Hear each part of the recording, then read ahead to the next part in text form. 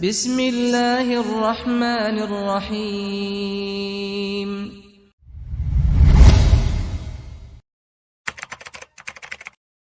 Al-Hasan ibn Ali ibn Abi Talib sibti Rasulullah sallallahu alaihi wasallam wa raihanatihi radhiyallahu anhu qala hafidtu min Rasulillah sallallahu alaihi wasallam da' ma yaribuka ila ma la yaribuka. Itu lafaz hadisnya, da' ma yaribuka ila ma la yaribuka. Rawahu Tirmidzi wa Nasa'i wa qala Tirmidzi haditsun hasanun sahih.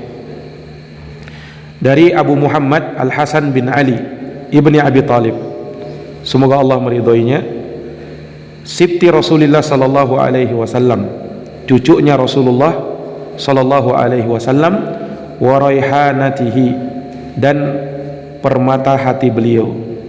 Raihanah itu asalnya nama tumbuhan yang sangat harum, kemudian diitlakkan kepada seseorang yang disayangi. Ya, kalau kita terjemahkan permata hati, buah hati. Nah, biasanya orang bahasakan untuk anaknya atau cucunya.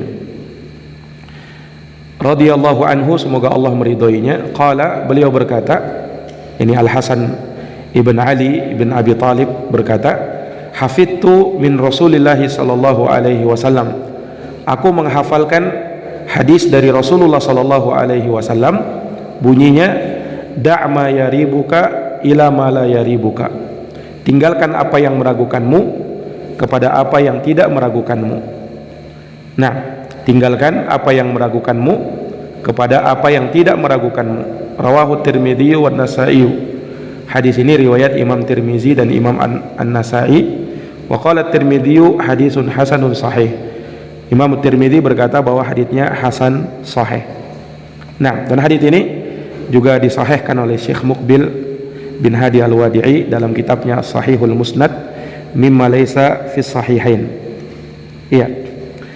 Dan kalau kita lihat bahwa hadis Arba'in An-Nawawi, mulai dari hadis pertama sampai hadis ke-10 itu diriwayatkan oleh Bukhari, Muslim. Kadang riwayat Bukhari saja atau riwayat Muslim saja, ya kan?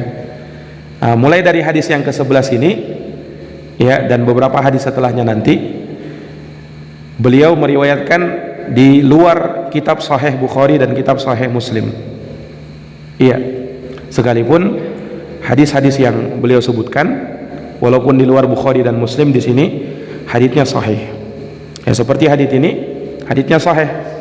Nah, disahihkan oleh para ulama ahli hadis. Baik.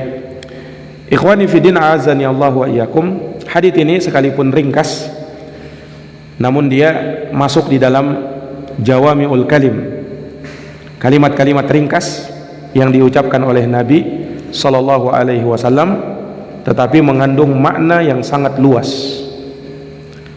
Dan hadis ini bersumber dari salah seorang cucu Rasulullah sallallahu alaihi wasallam yang bernama Al-Hasan ibnu Ali. Ya, karena Al-Hasan ibnu Ali, beliau anak Ali bin Abi Talib bersama Fatimah binti Rasulullah sallallahu alaihi wasallam, putrinya Nabi SAW. Maka Al-Hasan, beliau adalah cucunya Nabi sallallahu alaihi wasallam. Beliau lahir pada tahun ketiga Hijriah, dan Nabi sallallahu alaihi wasallam yang mentahniknya, dan Nabi sendiri yang memberikan nama kepadanya dengan Al-Hasan. Nah, dan disebutkan bahwasanya Rasulullah SAW wafat dan umur Al-Hasan bin Ali ketika itu baru berumur 8 tahun. Ya, sekitar umur 8 tahun. Ini masih anak-anak. Nah, dan Al-Hasan bin Ali serta saudaranya Al-Husain ibnu Ali ini dari orang-orang yang sangat dicintai oleh Nabi sallallahu alaihi wasallam. Nabi sering menciumnya, Nabi sering menggendongnya. Nah, bahkan disebutkan bahwa ketika Nabi sholat, tiba-tiba naik ke punggung Nabi sallallahu alaihi wasallam Al-Hasan dan Al-Husain ketika Nabi sujud, sehingga Nabi SAW ketika itu memperlama sujudnya. Nah, Nabi ketika itu memperlama sujudnya sampai ada salah seorang sahabat yang bangkit. Ya, ini ketika sujud terlalu lama, ada sebagian sahabat yang bangkit melihat keadaan. Ada apa ini? Oh, ternyata Al Hasan dan Husain sedang naik di punggungnya Nabi. Dan yang seperti itu dibolehkan ya. Seorang misalnya melihat sesuatu kejanggalan, ya dia boleh mungkin menengok sedikit. Nah, itu dibenarkan. Asalnya di dalam sholat, seseorang sholat khusyuk, dia tidak boleh toleh kanan, toleh kiri, tidak boleh. Tetapi kalau dalam keadaan tertentu diperbolehkan. Ya misalnya ada sesuatu yang memang dia perlu untuk melihat, menengok ke kanan dan ke kiri, dan itu diperbolehkan. Itu apa? Diperbolehkan. Seperti sahabat di sini, dia melihat kejanggalan dan itu posisinya sujud. Boleh seseorang misalnya melihat kayaknya ada yang janggal ini, maka dia bangkit sedikit melihat keadaan. Setelah itu dia teruskan sholatnya, dan itu tidak membatalkan sholat kalau memang dilakukan karena hajat. Ya sama kata para ulama, misalnya orang sholat, dia bawa anaknya, mungkin anaknya melakukan sesuatu yang dia khawatirkan, maka dia boleh sedikit menengok. Lagi sholat misalnya anaknya mungkin dia khawatir, maka dia tengok sedikit. Setelah itu dia teruskan sholatnya, dan hal tersebut tidak mengapa. Nah, sepanjang dia tidak sampai membatalkan sholatnya, yakni dia ambil anaknya jauh-jauh, ya karena itu sudah jelas membatalkan sholat. Baik, ikhwani fiddin, a'azani Allah wa iyyakum. Al Hasan bersama saudaranya Al Husain ini pernah dipuji oleh Nabi sallallahu alaihi wasallam. Kata Nabi sallallahu alaihi wasallam, huma sayyida syababi ahlil jannah. Al Hasan dan Al Husain itu keduanya adalah pemimpin pemuda penduduk surga. Nah, ini rekomendasi dari Nabi SAW bahwa Al Hasan dan Al Husain itu termasuk dari penghuni surga. Nah, dan para ulama menyebutkan bahwasanya Al Hasan itu lebih utama daripada Al Husain. Iya, kedua-duanya cucu Nabi SAW yang sangat utama. Tetapi kalau mau dibandingkan antara Al Hasan dan Al Husain, maka Al Hasan lebih utama. Terlebih Nabi SAW pernah menyebut Al Hasan bin Ali bin Abi Talib. Kata Nabi, inna bani hada sayyidun wa sayuslihullahu baina fi'ataini azimataini minal muslimin. Sesungguhnya cucuku ini, kata Nabi, adalah seorang pemimpin. Kelak dia akan mendamaikan dua kelompok besar dari kaum muslimin yang sedang bertikai. Nah, dimaklumi bahwa di masa Ali bin Abi Thalib beliau sempat berseteru dengan sahabat Muawiyah ibnu Abi Sufyan, sehingga terjadi peperangan di antara mereka yang dinamakan dengan perang Siffin. Dan itu terus berlangsung sampai ketika Ali bin Abi Thalib meninggal dunia, maka tampuk kekuasaan itu diserahkan kepada anaknya Al Hasan bin Ali. Nah, ketika Al Hasan bin Ali ya masih berseteru dengan Muawiyah, dan Abu Bakrah Nufai ibnu Al Harith membawakan hadis ini kepada Al Hasan bin Ali, maka Al Hasan bin Ali pun langsung tanazal, langsung beliau turun dan menyerahkan tampuk kekuasaan kepada Muawiyah bin Abi Sufyan. Dan ketika itu tidak ada lagi perseteruan di antara kaum muslimin, dan tahun itu dikenal dengan Amul Jamaah, tahun persatuan kaum muslimin.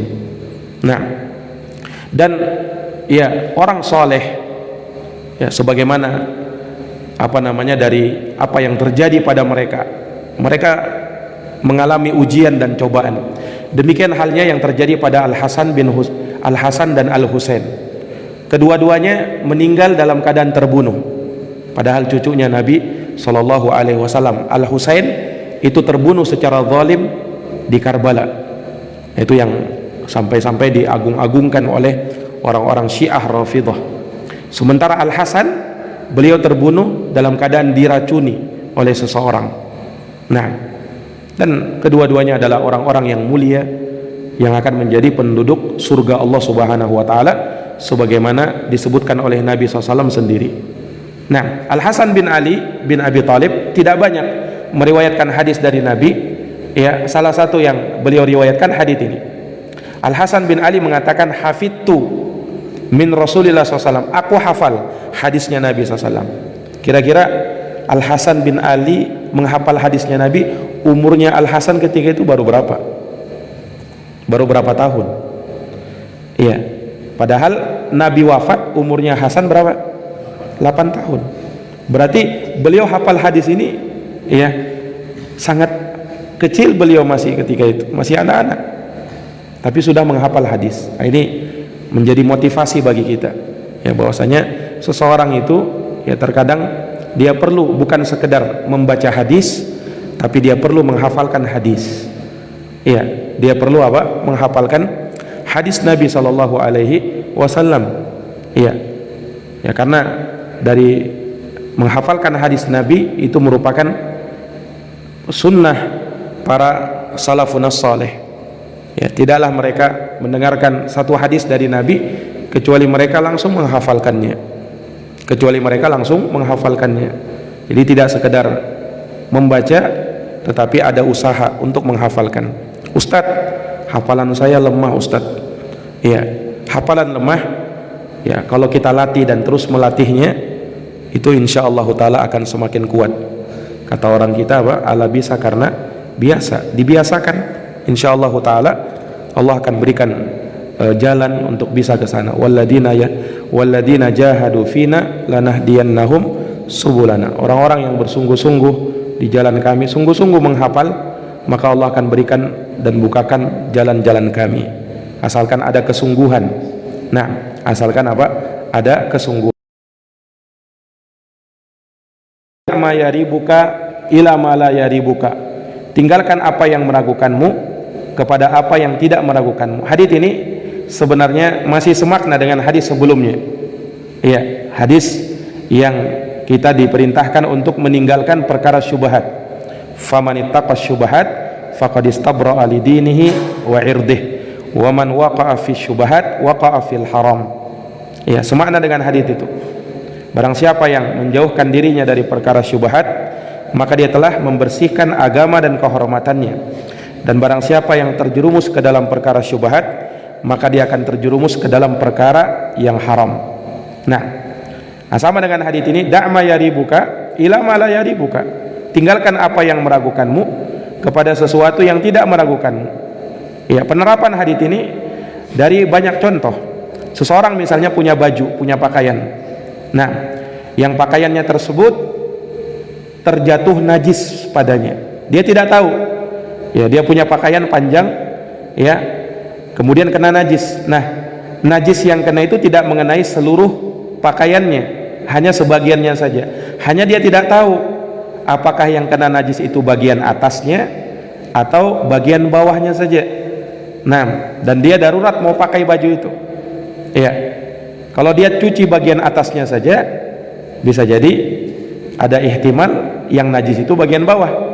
Kalau dia cuci cuma bagian bawahnya saja, maka ada kemungkinan najisnya itu ada di atas. Apa yang dia lakukan? Ya, dia cuci dua-duanya. Dia cuci bagian atas dan bagian bawahnya, dan itu menghilangkan keraguan. Da'ma yaribuka ila ma la yaribuka. Tinggalkan apa yang meragukanmu kepada apa yang tidak meragukanmu. Walaupun ya najisnya itu ada pada salah satunya, tetapi selama kita tidak tahu, maka kita ambil amannya. Apa itu? Kita cuci dua-duanya, bagian atas dan bagian bawahnya. Nah, seseorang misalnya ragu, dia sholat ini sudah 4 rakaat atau baru 3 rakaat, ragu antara 3 atau 4. Apa yang dilakukan? Dia tidak tahu 3 atau 4 ini, maka dia ambil yang yakin. Yang yakin berapa? Ragu antara 3 atau 4. Yang yakin berapa? 3. Yang ragu itu kan 4. Nah, maka dia anggap sholatnya itu baru 3 rakaat. Iya, karena itu yang yakin. Nah, maka dia perlu tambah 1 rakaat lagi. Sama kalau misalnya dia haji atau umrah, dia mau tawaf, ya, dia ragu ini tawafnya ini sudah 6 atau 7, dia ragu, maka yang mana yang dia ambil? Yang 6. Jadi yang dia ambil itu yang sedikit, karena yang sedikit itu yang meyakinkan. Yang ragu itu kan yang lebih dari 6, 7, sudah 7 atau belum, nah, itu yang ragu. Maka dia ambil yang 6, dia tambah lagi 1 putaran untuk tawaf. Nah, dan ini kaidah yang sangat besar, ya. Ada kaidah dari 5 kaidah besar dalam fikih Islam Ya, salah satunya kata para ulama, al-yaqinu la yazulu bisyak. Keyakinan itu tidak boleh dihilangkan dengan keraguan. Iya, keyakinan tidak boleh dihilangkan dengan apa? Dengan keraguan. Nah, makanya kalau ada orang sholat misalnya, ya, kemudian dia ragu, tadi saya kentut atau tidak ini. Nah, maka dalam perkara tersebut dia lihat, dan Nabi SAW sendiri memberikan tuntunan dalam hal ini. Ya, diadukan kepada Nabi seseorang yang merasakan sesuatu, ya, pada dirinya, apakah dia buang angin atau tidak. Maka kata Nabi, la yansarif, jangan dia berpaling dari sholatnya, jangan dia batalkan sholatnya, hatta yasma'a sautan au yajida riha, sampai dia mendengarkan suara atau mendapatkan bau. Ini sebagai tanda saja dari Nabi SAW. Ya, kalau ada memang yang meyakinkan, baru kau batalkan. Tapi kalau tidak meyakinkan, hilangkan keraguan tersebut. Karena pada asalnya kita apa? Asalnya kita sudah berwudu kan? Asalnya sholat kita sah, datang keraguan, ini batal atau tidak ini? Maka yang kita tanamkan, kita tidak batal sholat. Kita tidak batal sholat sampai kita yakin bahwasanya, ya betul tadi saya sudah kentut tadi. Baru kita batalkan sholat kita. Jelas ini? Nah, ini para hadirin yang dirahmati dan dimuliakan oleh Allah Subhanahu wa ta'ala. Iya. Dan ketahuilah bahwa sikap wara, yaitu hati-hati, itu akan mewariskan tuma'ninah fil qalb, ketenangan di dalam jiwa. Iya.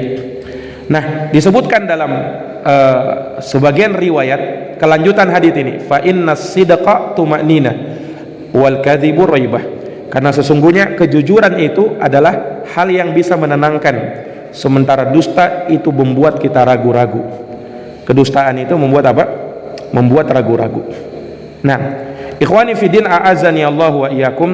Maka ini hadis masih semakna dengan hadis sebelumnya. Memberikan pelajaran kepada kita, ya, bahwasanya keraguan itu hendaknya dibuang dan kita berpegang kepada al-yaqin. Al-yaqinu la yazulu bisyak. Keyakinan tidak boleh dihilangkan hanya karena ada keraguan. Hanya karena ada keraguan.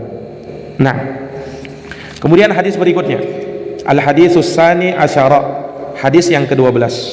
Kata Imam Nawawi rahimahullahu taala, an Abi Hurairah radhiyallahu anhu qala qala Rasulullah sallallahu alaihi wasallam, min husni islamil mar'i tarkuhu ma la ya'nihi. Nah, ini hadis-hadis 11 12 ini hadis-hadis pendek, ya. Nah, dari Abu Hurairah radhiyallahu anhu, beliau berkata, Rasulullah sallallahu alaihi wasallam bersabda, min husni islamil mar'i, termasuk dari tanda baiknya Islam seseorang, tarkuhu ma la ya'nihi, adalah meninggalkan perkara-perkara yang tidak bermanfaat bagi dirinya. Kata beliau, hadisun hasanun rawahu Tirmidzi wa ghairuhu wa hakadha. Hadis ini hasan, diriwayatkan oleh Imam Tirmidzi dan selainnya seperti itu. Nah, hadis yang ke-12 ini para ulama berselisih pendapat, apakah hadisnya sahih ataukah tidak. Sebagian ulama mensahihkan hadis ini, di antaranya Syekh Al-Albani rahimahullahu taala, dan sebagian lain itu mendhaifkannya, melemahkannya. Nah, guru kami Syekh Ali Ar-Razihi hafizahullahu taala, beliau termasuk yang melemahkan hadis ini. Nah, hadis ini kata beliau mursal dari Ali bin Al-Husain Zainal Abidin. Nah, itu yang sahih. Iya. Jadi hadisnya mursal, dan hadis mursal itu termasuk dari hadis dhaif. Iya. Walaupun hadis ini ada kelemahan di dalamnya, tetapi secara makna hadis ini sahih. Secara maknanya apa? Sahih. Walaupun tadi secara sanad para ulama berbeda pendapat, sebagian melemahkannya, sebagian mensahihkannya. Ala kulli hal, secara makna dia sahih. Secara makna dia sahih. Jadi hadis itu tidak selamanya kalau dikatakan dhaif berarti maknanya lemah, maknanya mungkar, belum tentu. Terkadang ada hadis yang dhaif tetapi secara makna dia benar. Secara makna dia betul. Nah, seperti hadis ini. Mungkin secara sanad bermasalah, tetapi secara makna betul. karena didukung oleh ayat-ayat Quran atau hadits-hadits Nabi Shallallahu Alaihi Wasallam, di mana di antara tanda baiknya Islam seseorang adalah meninggalkan hal yang tidak bermanfaat. Ini hadis menunjukkan kepada kita bahwa seseorang itu kalau mau baik bukan hanya sekedar melakukan amal soleh. Ya mungkin sebagian orang berpikir bahwasanya kalau mau jadi orang baik ya lakukan amal soleh, hanya sebatas itu. Ya padahal untuk menjadi orang baik bukan hanya sebatas itu. Dalam hadis perhatikan, di antara tanda baiknya Islam seseorang meninggalkan yang tidak bermanfaat. Meninggalkan ini beramal atau tidak?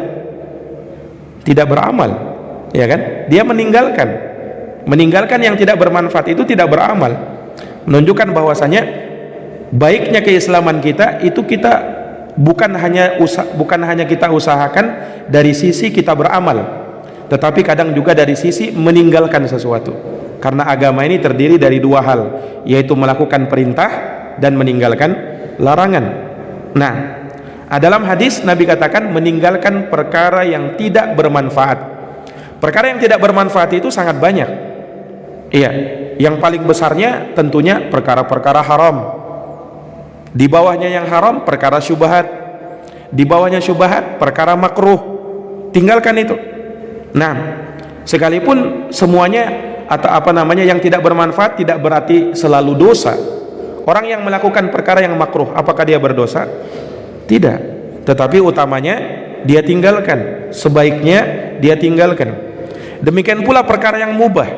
Ya, kalau perkara yang mubah tersebut kadang-kadang banyak melalaikan kita, maka ditinggalkan. Ya, misalnya terlalu banyak main game, kan bisa melalaikan.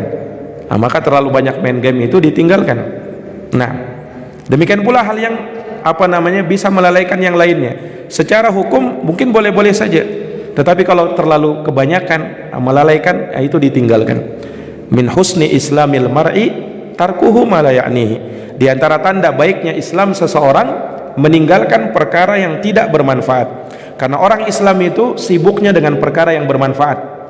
Perkara yang bermanfaat itu tidak selalu perkara agama saja. Iya, terkadang perkara dunia. Nah, dia berolahraga, mungkin itu perkara dunia, tetapi itu bermanfaat bagi badannya, bagi fisiknya. Nah, itu juga hal yang positif dan bermanfaat, bukan dikatakan tidak bermanfaat. Seseorang yang bekerja itu juga bermanfaat bagi dirinya dan keluarganya untuk menafkahi diri dan keluarganya. Itu juga bermanfaat sepanjang tidak melalaikan dia dari hal yang lebih bermanfaat. Kalau dia melakukan perkara yang mubah, ya berdagang, bekerja, berolahraga dan lain sebagainya, hingga bisa menyebabkan dia lalai dari hal yang lebih penting, nah itu tercela. Itu adalah hal yang tercela. Tetapi kalau selama tidak menyebabkan dia lalai, maka hal tersebut sifatnya mubah, bahkan terkadang bisa bernilai ibadah, ibadah. Nah, taib, mana dalil-dalil yang mendukung hadis ini? Banyak. Di antaranya firman Allah Subhanahu wa taala dari sifat ibadur rahman, orang-orang yang beriman, disebut dalam surat Al-Furqan ayat 72, wa idza marru bil lagwi marru kirama. Dan apabila mereka melewati orang-orang yang melakukan perbuatan yang tidak berfaedah, maka mereka melewatinya dengan menjaga kehormatan dirinya. Nah, dan ini termasuk dari sifat penghuni surga seperti itu. Dan Nabi SAW bersabda apa? Ihris ala ma yanfa'uka. Bersemangatlah kamu terhadap perkara-perkara yang bisa mendatangkan manfaat bagi dirimu. Nah, perkara-perkara yang bisa memberikan manfaat bagi diri kita. Nah, ini para hadirin yang dirahmati dan dimuliakan oleh Allah. Dan juga dalam Quran, dari sifat orang-orang yang beriman dalam surat Al-Mu'minun, Allah menyatakan apa? Qad aflahal mu'minun. Sungguh telah beruntung orang-orang yang beriman. Salah satu sifat mereka alladzina hum fi salatihim khashi'un, yaitu orang-orang yang khusyuk dalam salat mereka. Walladzina hum 'anil lagwi mu'ridun, dan orang-orang yang mereka berpaling dari perkara-perkara yang tidak bermanfaat, yang tidak ada faedahnya. Sama pada hari ini ikhwani fiddin, seseorang membuka HP-nya kemudian mengikuti berita-berita yang kurang bermanfaat, apalagi dunia maya, ikuti dunia entertainment, dunia artis. Apalagi yang dilakukan si fulan ini, apalagi yang dibeli si fulan ini, apalagi yang dia lakukan, artis-artis, apa manfaatnya antum mengikuti hal-hal yang seperti itu, diikuti, oh begini dia, apa faedahnya bagi kita? Nah, yang terkadang mungkin sebagian orang berani-berani buka, akhirnya diikuti, tidak terasa bahwa dia habiskan waktunya di situ berjam-jam. Nah, berjam-jam habis waktunya untuk sekedar hal-hal yang seperti itu. Nah, ini ikhwani fillah azani Allah wa yakum, tidak ada manfaatnya yang seperti itu. Sama seseorang terkadang menyibukkan dirinya dengan perkara-perkara yang bukan bidangnya di situ, menyibukkan diri dengan tahdzir mentahdzir, bantah membantah, ya, oh si fulan, ustadz fulan begini, apa faedahnya di situ kita? Dan di situ bukan bidang kita terkadang. Tinggalkan yang tidak bermanfaat, ya, hafalkan yang bermanfaat, jaga diri kita dengan hal yang lebih bermanfaat. Nah, baca artikel-artikel yang lebih menambah iman, bukan hal-hal yang membuat oh ini seru ini, oh ini kayaknya menantang ini. Nah, jangan, ya, baca hal-hal yang lebih bermanfaat. Terlalu banyak perkara-perkara yang di situ kita bisa menyibukkan diri kita dengan hal yang lebih menambah iman kita, menambah ketakwaan kita, ketimbang sibuk dengan perselisihan, sibuk dengan ini dan itu, si fulan berkata begini dan begitu, tidak ada faedahnya. Nah, dan terkadang itu bukan bidang kita juga. Kalau dia seorang yang memang alim di situ, kemudian dia punya misi di situ, punya tujuan di situ, mungkin boleh saja. Tetapi orang-orang yang kadang kurang di situ, maka hendaknya dia menghindarkan dirinya, itu lebih bermanfaat bagi dirinya. Baik, ikhwani fiddin azani Allah wa iyyakum, hadits ini menunjukkan akan keindahan syariatul Islam. Iya, keindahan syariatul Islam, dan bahwasanya Islam itu adalah agama yang indah, yang memberikan kebaikan dan perbaikan bagi umat ini. Nah, dan mahasin al-Islam, keindahan Islam itu ada dalam ayat-ayat Al-Quran dan hadits-hadits Nabi SAW. Di antara ayat Quran yang menunjukkan keindahan syariat Islam adalah ayat yang berbunyi innallaha ya'muru bil adli wal ihsan. Sesungguhnya Allah memerintah untuk berbuat adil dan berbuat ihsan. Ini ayat yang menunjukkan keindahan syariat Islam. Dan hadis yang menunjukkan keindahan syariat Islam adalah hadis ini, min husni islamil mar'i tarkuhu ma la ya'nihi. Di antara tanda baiknya Islam seseorang adalah meninggalkan perkara-perkara yang tidak bermanfaat. Nah, hadis ini juga memberikan faedah kepada kita bahwa hendaknya seorang muslim itu senantiasa menjaga waktunya di atas kebaikan. Waktu itu sangat mahal. Imam Syafi'i pernah berkata, al-waktu kas-saif illam taqta'hu qata'ak. Waktu itu bagaikan pedang, kata beliau. Kalau kamu tidak memotongnya, kamu yang dipotongnya. Hati-hati dengan waktu. Nah, terkadang seorang punya waktu, ya, banyak waktunya, tetapi dia habiskan untuk perkara yang tidak ada gunanya sama sekali. Nah, padahal waktu itu, nikmat waktu akan ditanya oleh Allah nanti pada hari kiamat. Nikmatani makbunun fihima katsirun minan nas, as-sihhatu wal faraq. Ada dua nikmat, kata Nabi, di mana banyak manusia lalai dari mensyukurinya, yaitu nikmat kesehatan dan nikmat waktu luang. Iya, dan Nabi SAW menyebutkan la tazulu qadama bani Adam yaumal qiyamah hatta yus'ala an khamsin. Tidak akan bergeser kedua kaki anak cucu Adam pada hari kiamat hingga dia ditanya tentang 5 perkara. An umrihi fima afnah, tentang umurnya di mana kau habiskan. Wa an syababihi fima ablah, tentang masa mudanya di mana dia usangkan. Wa an ilmihi wa an malihi min aina iktasabah wa fima anfaqah. Tentang hartamu, tentang harta ada 2 pertanyaan, dari mana kau dapat, kemana kau belanjakan. Dan yang kelima, wa an ilmihi fima amila bih, tentang ilmumu, sudahkah kau amalkan ilmumu. Itu yang akan ditanya oleh Allah Subhanahu wa taala. Maka jaga waktu kita, ya, waktu itu akan dimintai pertanggungjawaban oleh Allah Subhanahu wa taala. Dan setiap yang kita lakukan, setiap yang kita ucapkan, ada malaikat yang mencatatnya. Nah, ma yalfidu min qaulin illa ladaihi raqibun atid. Tidak ada satupun kalimat yang terlontarkan kecuali padanya ada malaikat raqibun atid. Wa inna alaikum lahafidhin kiraman katibin. Sesungguhnya pada kalian ada malaikat-malaikat penjaga, malaikat-malaikat yang mulia yang mencatat amal perbuatan kalian. Dia tahu apa yang kalian kerjakan.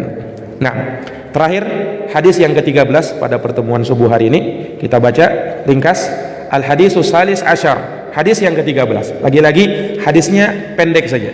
Insyaallah mulai dari 11 ini dan seterusnya hadisnya pendek-pendek. Nah, kata beliau, an Abi Hamzata Anas bin Malikin khadimi Rasulillah sallallahu alaihi wasallam anin Nabi sallallahu alaihi wasallam qala la yu'minu ahadukum hatta yuhibba li akhihi ma yuhibbu li nafsihi. Dari Abu Hamzah Anas bin Malik, pelayannya Nabi sallallahu alaihi wasallam. Anas bin Malik melayani Nabi SAW selama 10 tahun.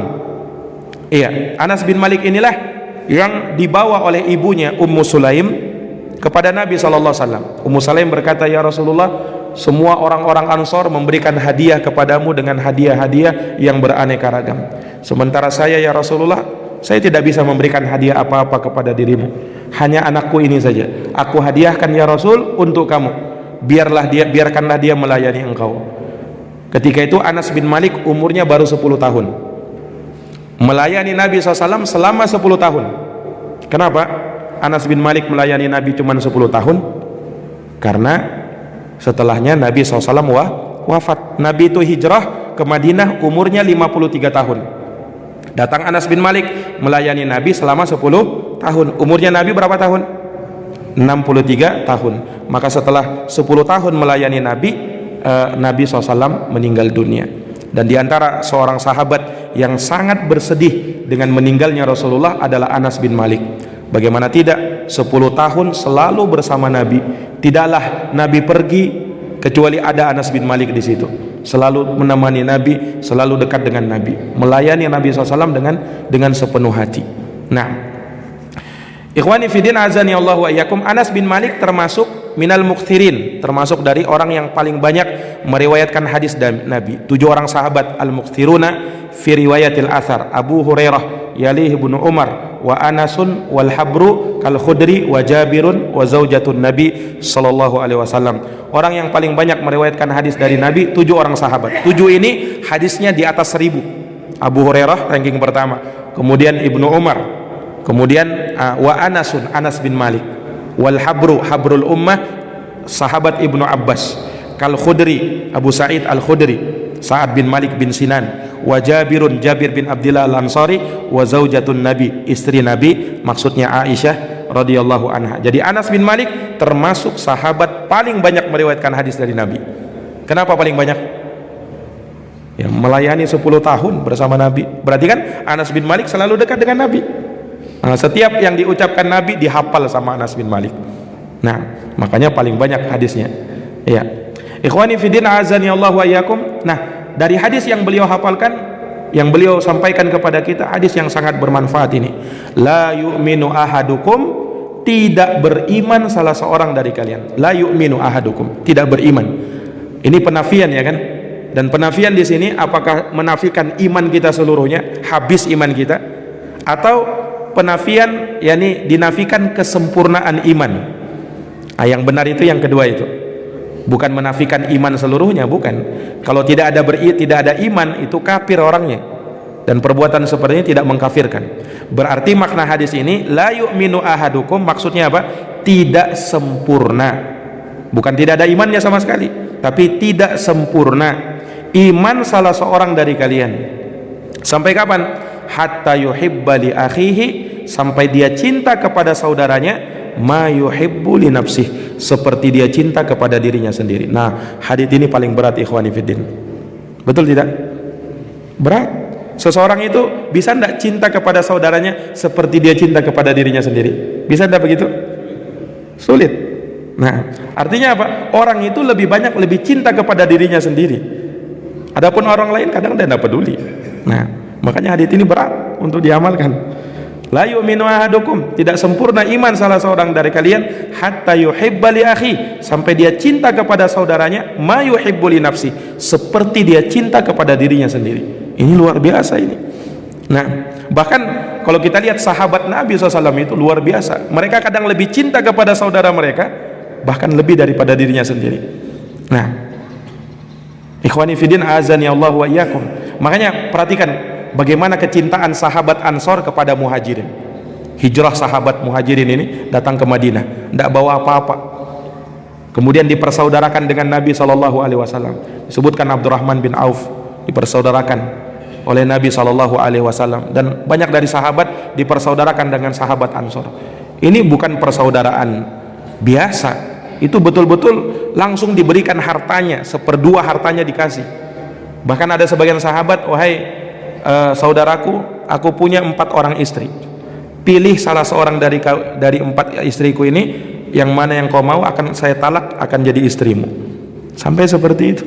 Nah, siapa yang sampai memberikan istri seperti itu? Kan luar biasa. Nah, itu sahabat Nabi SAW.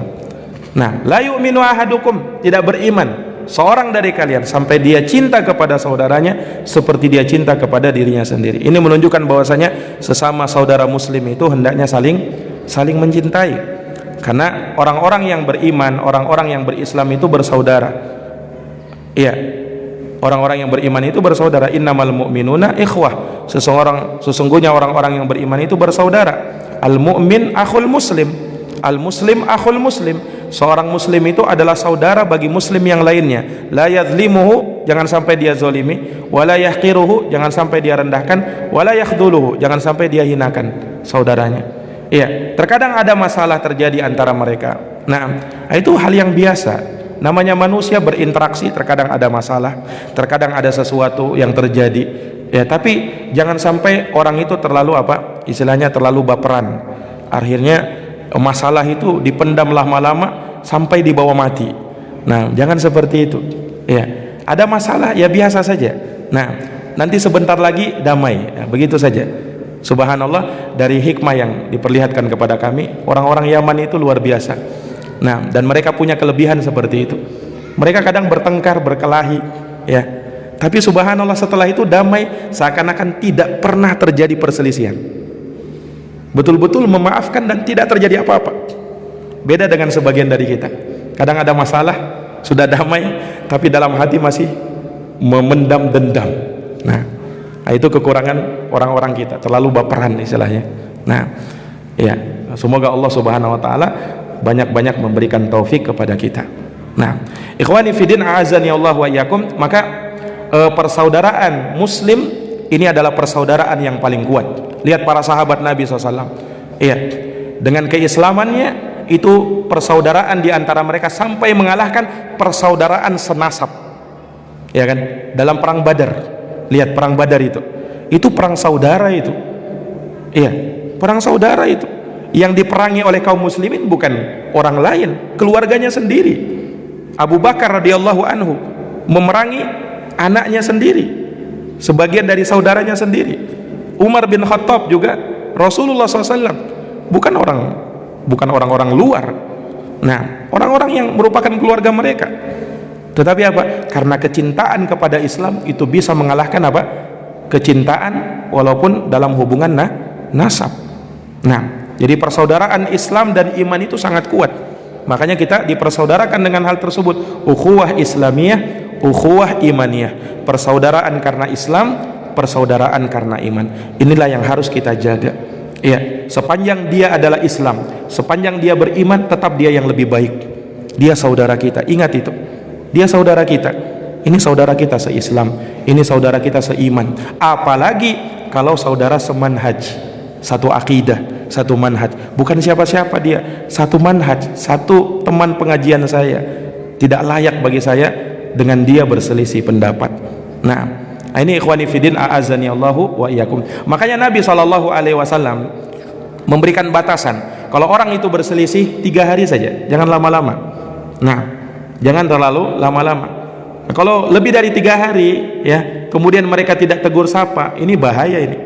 Nah, kata Nabi SAW, man hajara akhahu fawqa 3 layalin, barang siapa yang memboikot saudaranya lebih 3 hari, famata dakhalan nar, kalau dia meninggal masuk neraka. Nauzubillahi min zalik. Nah, orang yang berselisih 3 hari, ya, kemudian dia tidak tegur sapa, ini berbahaya bagi mereka. Beda kalau misalnya memboikot dalam hal agama. Kalau memboikot dalam hal agama boleh lebih dari 3 hari. Nabi SAW pernah memboikot, ya, sahabatnya 50 hari. Bahkan sahabat Ibnu Umar pernah memboikot anaknya sampai meninggal. Itu kalau memboikot dalam urusan agama boleh seperti itu. Tetapi kalau dalam urusan dunia, perselisihan dalam perkara dunia, tidak boleh lebih dari 3 hari. Paling lama 3 hari aja. Nah, lebih dari 3 hari antum tidak damai, bahaya itu. Nah, bahaya itu kalau salah satunya meninggal, nanti masuk neraka, waliyadzubillah. Nah, dan orang yang berselisih kata Nabi, ya, maka yang terbaik dari mereka yang lebih dulu mengucapkan salam, yang lebih dulu yang lebih dulu berbicara, itu yang terbaik. Ya, kadang kan orang itu dikuasai dengan perasaan egonya. Oh, saya lebih tua, ngapain saya tegur dia? Oh, saya yang lebih senior, kenapa saya? Yang seperti itu dibuang jauh-jauh. Sifat egoisme itu kadang membawa kita ke dalam jurang kebinasaan, waliyadzubillah. Ya, tidak masalah kita di dunia itu menghinakan diri kita, tetapi kita bisa mulia di akhirat nanti. Kita bisa mulia di akhirat nanti.